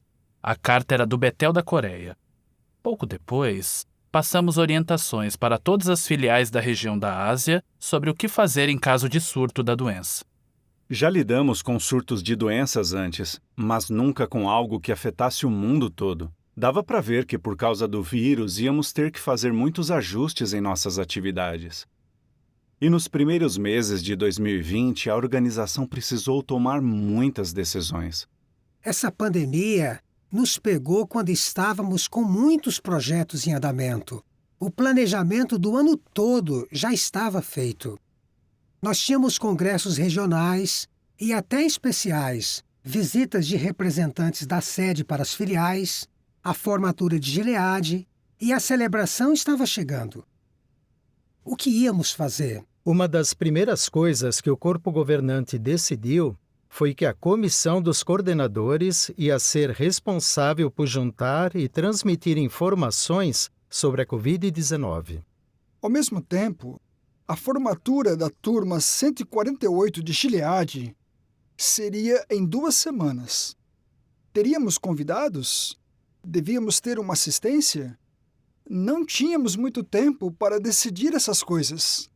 Mas, depois de orar e analisar o assunto, o corpo governante decidiu realizar aquela formatura de Gileade com o auditório vazio. Isso nunca tinha acontecido. Outra coisa para decidir era se iríamos ter lockdown na sede mundial. Eu lembro bem, era sexta-noite, 13 de março. Estavam ocorrendo casos de Covid em congregações próximas de Betel. E no fim de semana, os betelitas iam sair para as atividades da congregação e outras coisas. Então, se íamos fazer algo, tínhamos que agir rápido. Falamos com cada membro do corpo governante explicando a situação. E todos concordaram que Betel tinha que entrar em lockdown imediatamente. Na mesma hora, os betelitas dos Estados Unidos foram informados para ficar em Betel e, se estivessem fora, para voltar imediatamente. Pouco depois, soubemos que tinha alguns casos de Covid em Patterson. Se não tivéssemos feito lockdown, a Covid poderia ter se espalhado para todos em Betel. Nós sentimos bem que Jeová estava nos protegendo. E no mesmo fim de semana da formatura, ia começar a distribuição dos convites da celebração. E os betéis perguntaram: é seguro sair para entregar os convites da celebração? E se não der para usar os salões? O vírus estava se espalhando em muitos países e ficou bem claro que era preciso interromper o testemunho público. Essa era uma decisão muito importante.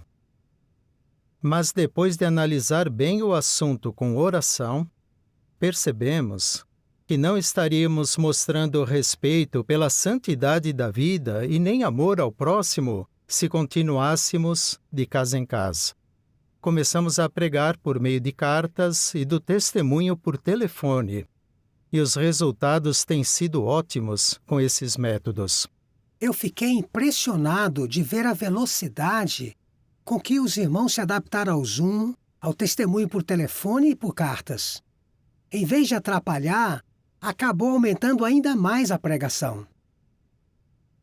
Também tínhamos que decidir o que fazer com os salões do reino e as reuniões. No começo, alguns irmãos pensaram: talvez possamos assistir às reuniões gravadas no JW Stream. O JW Stream é muito bom. Mas se vamos ficar nessa situação por muito tempo, talvez seja melhor usarmos algo que permita que os irmãos possam se encontrar virtualmente para conversar e nos encorajarmos mutuamente. Soubemos que algumas filiais já estavam usando o Zoom para as reuniões congregacionais e pensamos: será que podemos usar o Zoom para as reuniões no mundo todo? Então pedimos para essas filiais informações sobre como usar o Zoom. Eles informaram, fizemos testes e o corpo governante aprovou o Zoom para as reuniões no mundo todo. A comissão dos coordenadores queria ajudar as congregações a fazer reuniões organizadas pelo Zoom. Então, uma semana depois, todas as congregações receberam orientações sobre isso. Pouco depois, compramos dezenas de milhares de licenças do Zoom e demos para as congregações como parte da ajuda humanitária. Mas nem todos os publicadores podiam usar o Zoom porque não tinham internet. Pouco antes da campanha da celebração, o corpo governante deu orientações para as filiais de como lidar com essas situações. Também anunciaram que o discurso da celebração ficaria disponível no jw.org. Uma filial escreveu perguntando se eles podiam usar televisão e rádio. Pensamos: é uma boa ideia. Vamos tentar. Isso funcionou tão bem naquele país que todas as filiais na África receberam aprovação para usarem televisão e rádio, faltando 2 dias para a celebração. Os irmãos na África ficaram muito felizes de saber que iam poder fazer a celebração ao mesmo tempo que os outros irmãos do seu país, e alguns souberam disso pouco antes da transmissão começar.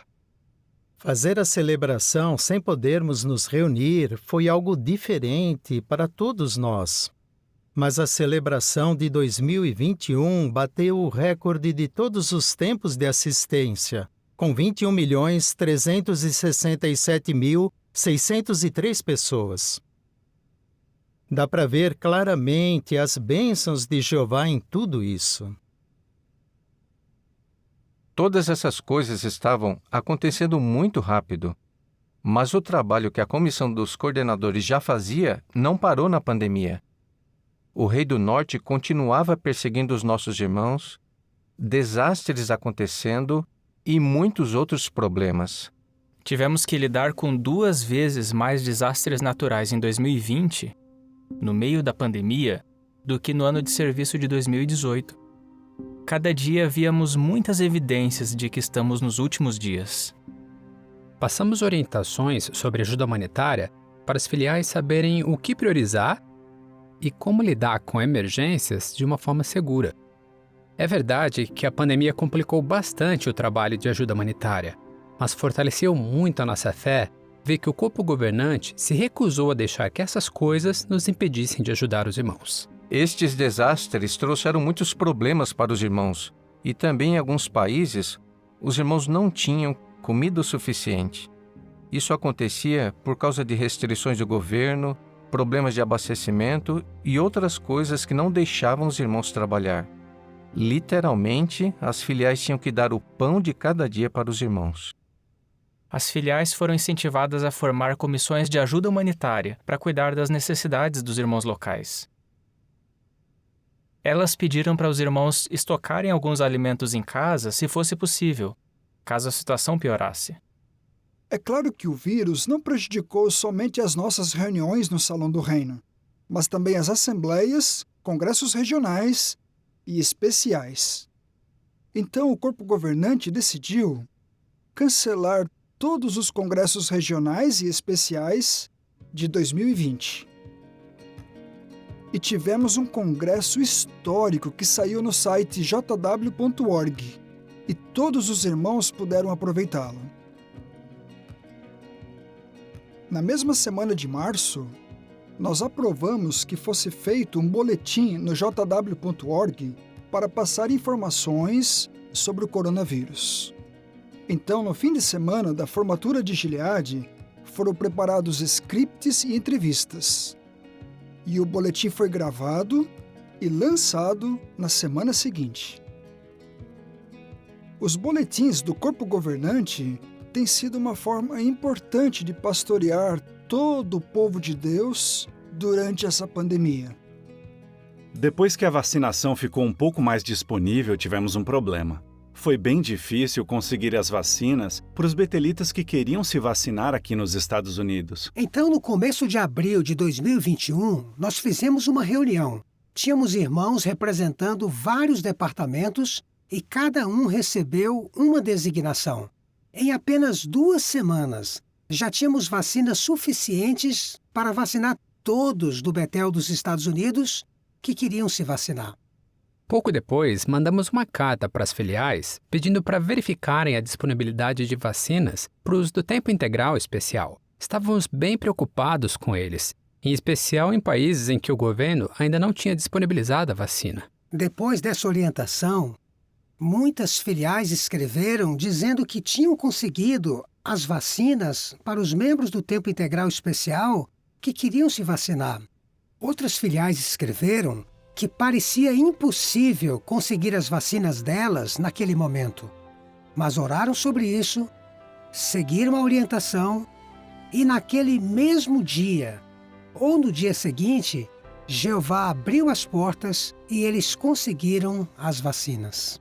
Tudo aconteceu muito rápido. E foi difícil fazer tantos ajustes em tão pouco tempo. Mas dava para ver a mão de Jeová nas decisões do corpo governante. Televisão, rádio, as videochamadas, tudo isso ajudou muito os irmãos. Mostra que Jeová estava guiando o corpo governante quando tomaram essas decisões no começo da pandemia. Nós sempre valorizamos as orientações que recebemos do escravo fiel, mas nessa época em especial, foi muito encorajador ver Jeová usando eles para tomar grandes decisões.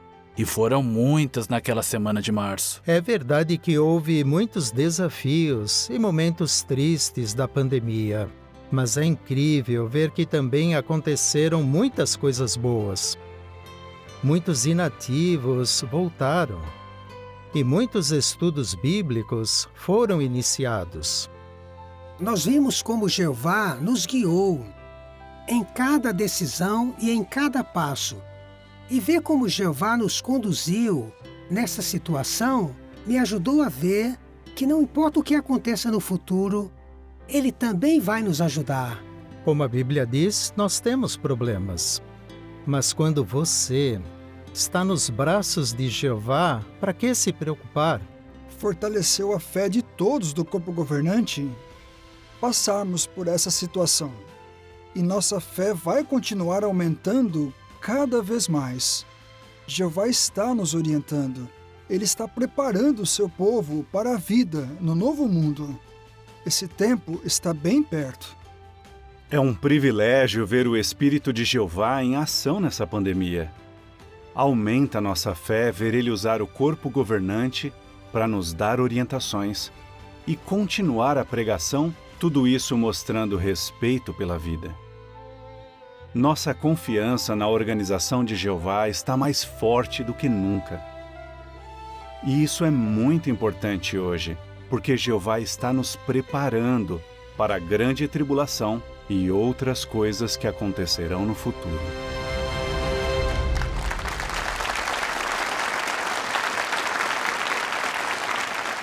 Nós queremos aproveitar a oportunidade para agradecer aos irmãos que trabalham na Comissão dos Coordenadores pelo trabalho deles durante a pandemia. Foi incrível ver como Jeová orientou todos os assuntos durante esses tempos tão difíceis. Que programa excelente! Estamos só na metade. Ainda tem muita coisa pela frente. Nos vemos mês que vem com a segunda parte. Mas antes de ir, no tchauzinho desse mês, vamos até as Filipinas para conhecer nossos irmãos e irmãs. As Filipinas são um conjunto de mais de 7.100 ilhas tropicais que ficam no Oceano Pacífico. Visitando essas ilhas, você encontra uma diversidade sem igual de paisagens, praias lindíssimas, campos exuberantes e até enormes cadeias de montanhas. Mas também tem cidades enormes, como a capital, Manila, uma das cidades mais populosas do mundo. Nas Filipinas, existem mais de 230.000 publicadores, que pregam a uma população de mais de 109 milhões de pessoas.